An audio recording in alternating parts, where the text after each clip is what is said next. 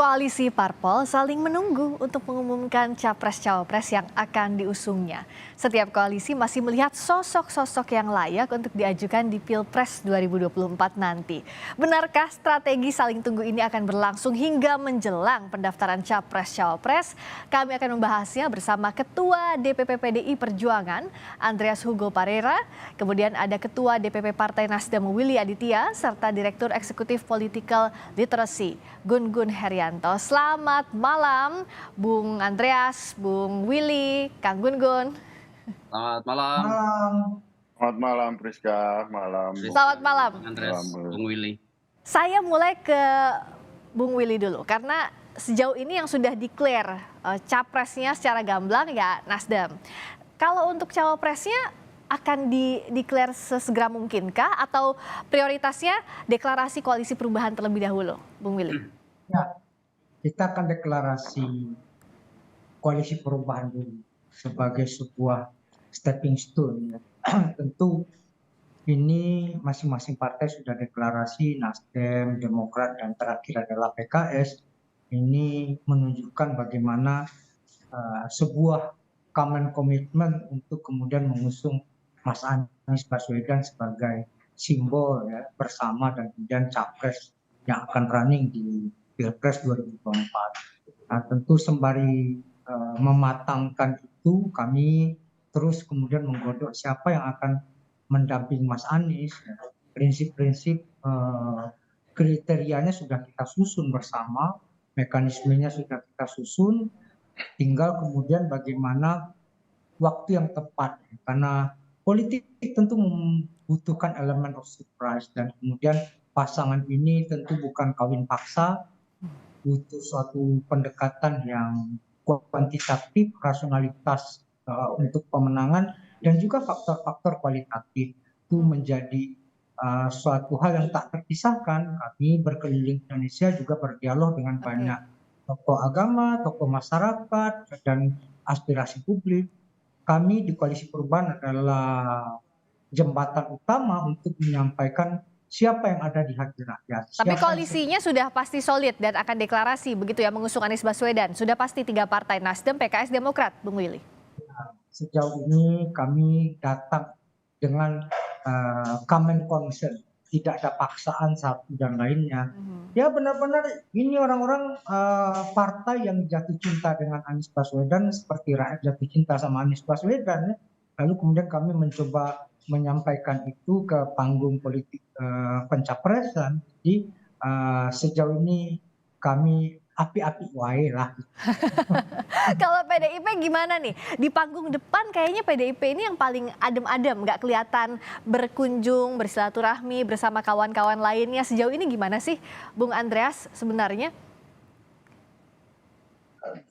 Ya, yang pasti PDI Perjuangan pada posisi kita melihat, dan ya sekarang ini fokus masih pada bagaimana proses pelaksanaan jalannya pemerintahan Presiden Jokowi dan Kiai Haji Ma'ruf Amin ini.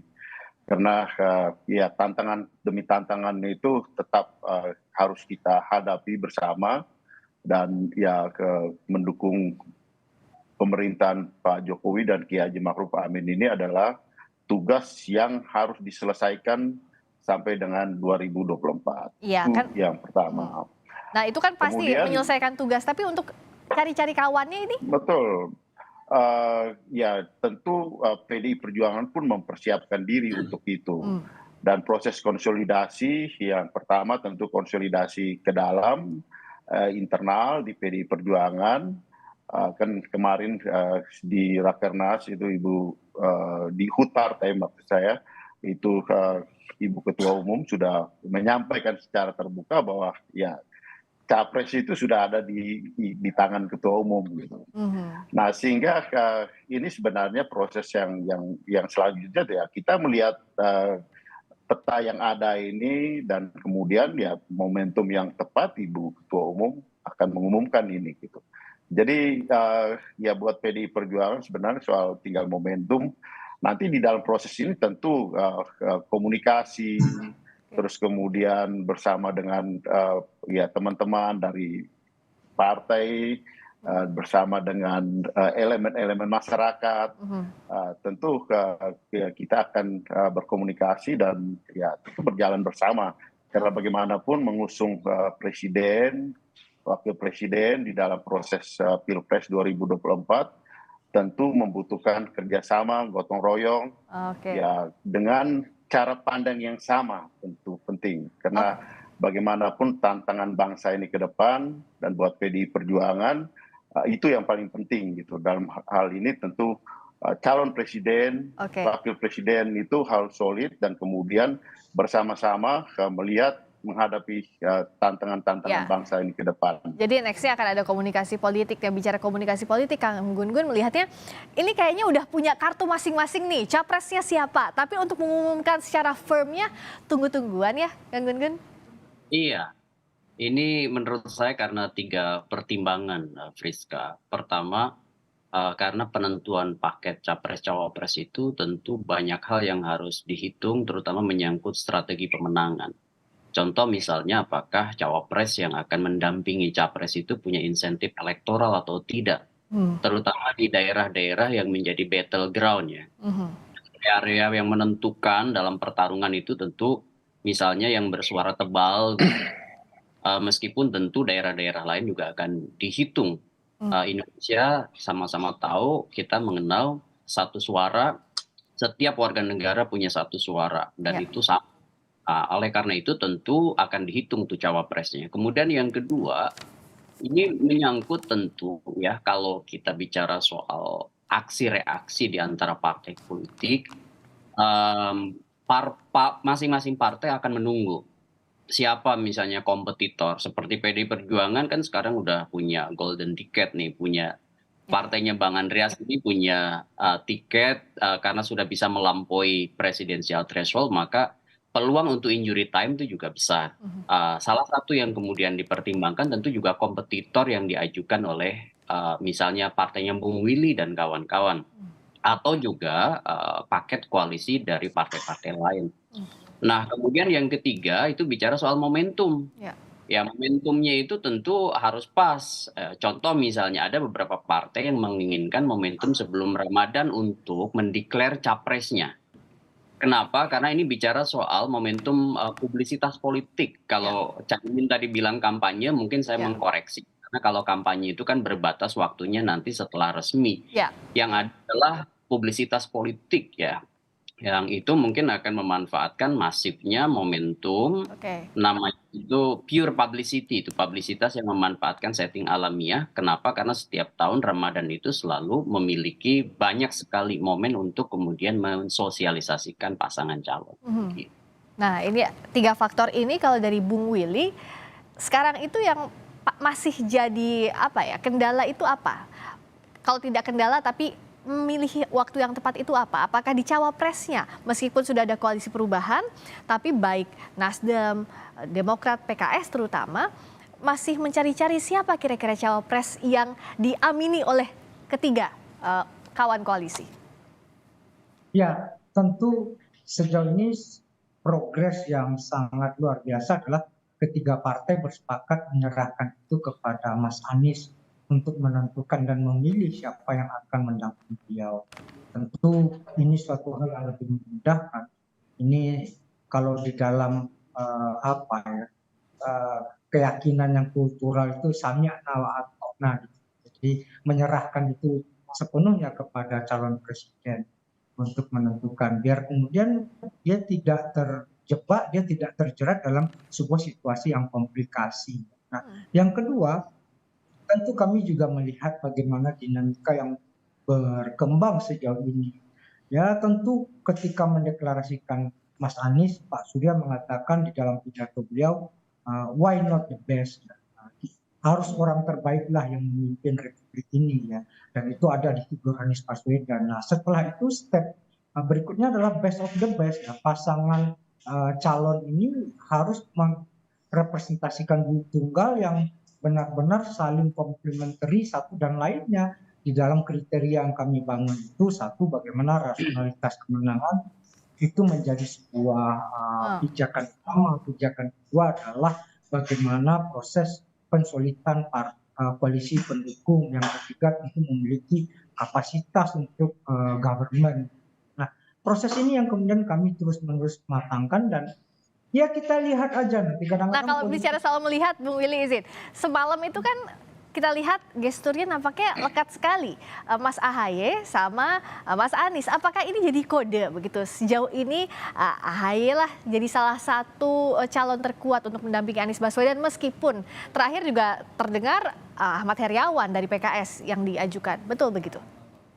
Ya, di awal memang teman-teman Demokrat dan teman-teman PKS memberikan usulan, tapi setelah itu seiring dengan dinamika yang terjadi, inilah luar biasa ya. Jadi ada sebuah common virtue gitu, Priska, yaitu rela dipimpin. Jadi itu yang kemudian kalau kita berkaca kepada Republik ini merdeka, bagaimana kerelaan Amir Syarifuddin, kerelaan Sultan Syahrir untuk dipimpin oleh Bung Karno, padahal anak-anak Menteng 31 itu sangat kemudian berkonfrontasi dengan Bung Karno. Nah, ada kerelaan untuk dipimpin gitu. Nah, kita harus melihat perspektif itu kemudian menjadi sebuah suasana kebatinan, suasana kerjasama yang sangat kondusif. Karena kita akan lihat nanti jangan-jangan sekali lagi best of the best, siapapun nanti yang akan mendampingi Mas Anies, kita tidak terpaku harus dari dalam partai atau dari luar partai.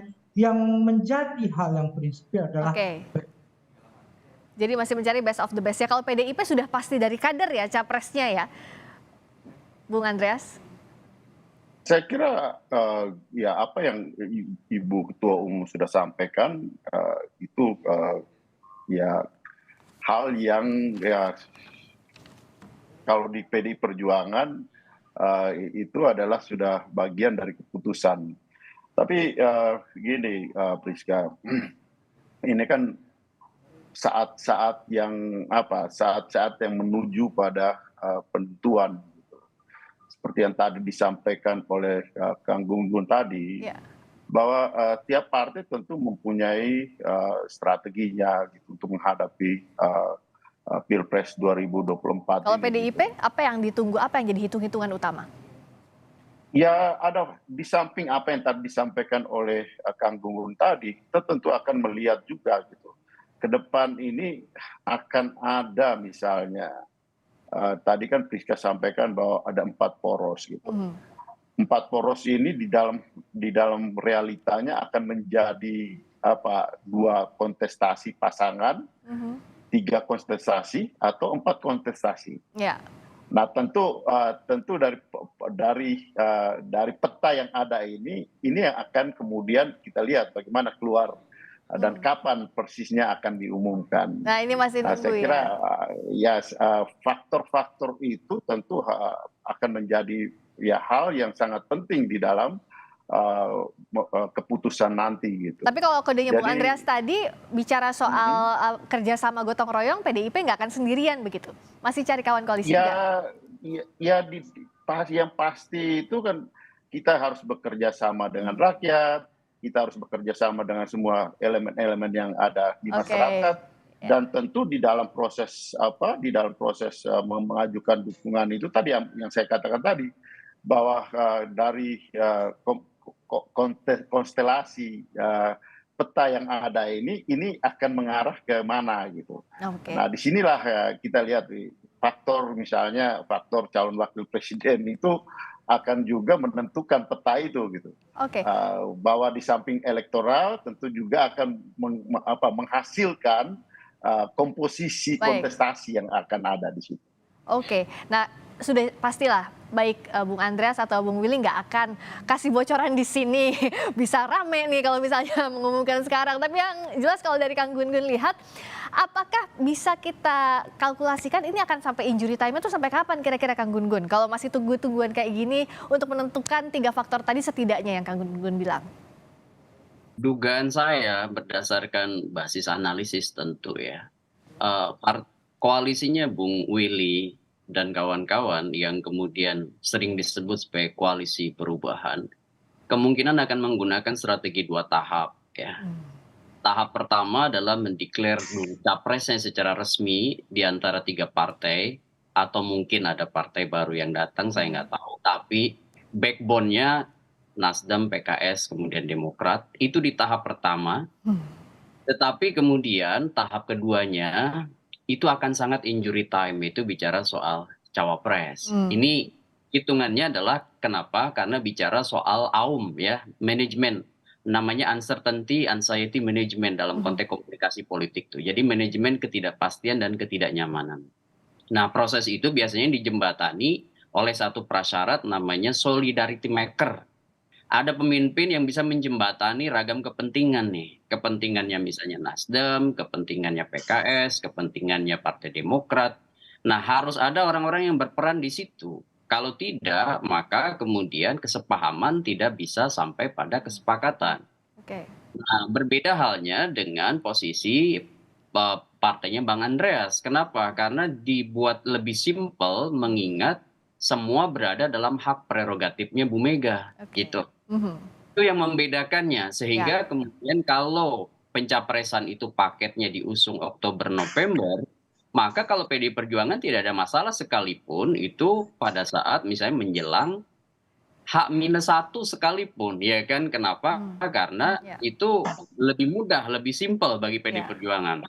Nah, yang dibutuhkan bagi partai-partai di luar PDI Perjuangan karena menyangkut konstelasi lintas partai, maka tadi AUM atau uncertainty anxiety management yang lebih kuat dalam konteks misalnya memunculkan siapa yang menjadi jembatan dan kemudian menyolidkan, meneguhkan sekaligus pada akhirnya sampai pada kesepakatan, itulah yang kemudian menjadi agenda dari Februari sampai kurang lebih bulan Oktober nanti. Ya, menarik untuk menyimak tadi ya, uncertainty, anxiety, management sampai waktu yang masih panjang jelang pemilu nanti. Terima kasih sekali lagi waktunya Bung Andreas Hugo Parera, Ketua DPP PDIP. Terima kasih Bung Willy Aditya, Ketua DPP Nasdem. Terima kasih juga Kang Gun Gun telah bergabung di Sapa Indonesia Malam. Hari ini kita akan simak bersama bagaimana konstelasi politik ke depan. Terima kasih.